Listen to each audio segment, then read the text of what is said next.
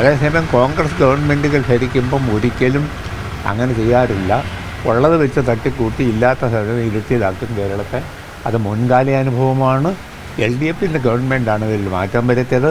കോൺഗ്രസ് വീണ്ടും വന്നു, സതീശൻ വീണ്ടും കേരളം ഇരുട്ടിലാകുന്നു. അതാണ് ഇപ്പോഴത്തെ അവസ്ഥ. ഞാൻ പറയാൻ പുതിയ കാര്യമല്ലെന്ന്. കേരളത്തിൽ ആവശ്യമുള്ള വൈദ്യുതി അന്നുമില്ല ഇന്നുമില്ല.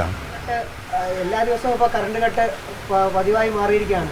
ഇന്ദിരാക്കട്ടെന്നാണ് സോഷ്യൽ മീഡിയ പോലും വിശേഷിപ്പിക്കുന്നത്. ഇന്ദിരാക്കട്ട് ആശാൻ മന്ത്രി ആയതോടുകൂടിയാണ് കേരളത്തിൽ പവർ കട്ട് അവസാനിച്ചത്. 10 വർഷത്തിന് ശേഷം വീണ്ടും പവർ കട്ടിലേക്ക് കേരളം എത്തുകയാണ്. ഞാൻ മന്ത്രിയാകുന്നതിന് മുമ്പ് കോൺഗ്രസ് ഭരിച്ചപ്പോഴെല്ലാം പവർ കട്ടായിരുന്നു. ഞാൻ മന്ത്രിയായപ്പോൾ പവർ കട്ട് ഇല്ലാതാക്കിയതിന് അന്ന് ഗവൺമെൻറ്റും വൈദ്യുതി വകുപ്പ് കൊടുത്ത തീരുമാനത്തിൻ്റെ ഭാഗമാണ്. കാരണം യഥാർത്ഥത്തിൽ നമുക്ക് ആവശ്യമുള്ളതിൻ്റെ ഒരു 40-50% വൈദ്യുതി ഇവിടെ ഉണ്ടാക്കുന്നുള്ളൂ. അന്ന് 40 ഞാൻ മന്ത്രിയായിരുന്നപ്പം. ബാക്കി 60% നമ്മൾ വിവിധ കരാർ വഴി വാങ്ങുക. ഇനിയിപ്പത്തെ സ്ഥിതി എനിക്കെന്താണെന്നറിയില്ല. ഇപ്പോഴാണെങ്കിൽ ഇനി അല്പം കൂടുതലുണ്ടാക്കിയാൽ പോലും ബാക്കി വൈദ്യുതി കരാർ വഴി വിവിധ സംവിധാനത്തിൽ നിന്ന് വിലയ്ക്ക് മേടിച്ചാണ് സമ്പൂർണ്ണ വൈദ്യുതീകരണം നടത്തിയെന്ന് പറഞ്ഞാൽ നിസ്സാര കാര്യമല്ല. കേരളത്തിൻ്റെ ചരിത്രത്തിൽ ആദ്യമാണത്. സമ്പൂർണ്ണ വൈദ്യുതീകരണം പ്രഖ്യാപിച്ച അന്നത്തെ മുഖ്യമന്ത്രി പിണറായി വിജയൻ കോഴിക്കോട്ട് വെച്ചാണ് പ്രഖ്യാപിച്ചത്. ഞാൻ എല്ലാ ജില്ലയിലും പല ആവർത്തിപ്പോയി. യഥാർത്ഥത്തിൽ ഇവിടെ ആവശ്യമുള്ള വൈദ്യുതിയുടെ ഒരു 40-50% കൂടുതൽ ഉൽപ്പാദനം ഇല്ല. ഞാൻ മന്ത്രിയായിരുന്നപ്പം 40%. ഇപ്പം മഴ കുറവാണെങ്കിൽ അത് പ്രശ്നമാണ്.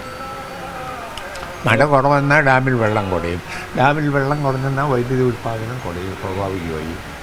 അപ്പോൾ ഇതൊരു കാര്യമാണ്. അന്ന് പിണറായി വിജയൻ മുഖ്യമന്ത്രിയായിരുന്നപ്പം ഞാൻ വൈദ്യുതി വകുപ്പ് മന്ത്രിയായിരുന്നപ്പോഴും ഈ അവസ്ഥയൊക്കെ ഉണ്ടായിരുന്നു. പക്ഷേ അന്ന് വൈദ്യുതി കട്ടുണ്ടാകാതിരിക്കാൻ വേണ്ടി വിവിധ സ്ഥാപനം വഴി കരാറുണ്ടാക്കി, താപനിലയം വഴിയെല്ലാം കരാറുണ്ടാക്കി പുതിയ വൈദ്യുതി വാങ്ങിച്ചാണ് ഇവിടെ വൈദ്യുതി കട്ട് ഒഴിവാക്കിയതും സമ്പൂർണ്ണ വൈദ്യുതീകരണം പ്രഖ്യാപിച്ചതാണ്. അത് ചരിത്രത്തിലാദ്യമാണ്. ചരിത്രത്തിൽ. അതേസമയം കോൺഗ്രസ് ഗവൺമെൻറ്റുകൾ ഭരിക്കുമ്പം ഒരിക്കലും അങ്ങനെ ചെയ്യാറില്ല. ഉള്ളത് വെച്ച് തട്ടിക്കൂട്ടി ഇല്ലാത്ത സ്ഥലം ഇരുട്ടിയതാക്കും കേരളത്തെ. അത് മുൻകാല അനുഭവമാണ്. LDFിൻ്റെ ഗവൺമെൻറ്റാണ് ഇതിൽ മാറ്റം വരുത്തിയത്. കോൺഗ്രസ് വീണ്ടും വന്നു, സതീശൻ വീണ്ടും കേരളം ഇരുട്ടിലാകുന്നു. അതാണ് ഇപ്പോഴത്തെ അവസ്ഥ. ഞാൻ പറയാൻ പുതിയ കാര്യമല്ലെന്ന്. കേരളത്തിൽ ആവശ്യമുള്ള വൈദ്യുതി അന്നുമില്ല ഇന്നുമില്ല. ഉള്ളത് ഉപയോഗിക്കുക ഫലപ്രദമായി. എന്നാൽ പോരാത്തോ വാങ്ങുക. കിട്ടാനുണ്ട് ഇഷ്ടം പോലെ കിട്ടും. കരാർ വെച്ചാൽ വില കൊടുത്താൽ മതി. ജനങ്ങൾ കാശ് തരുന്നില്ല.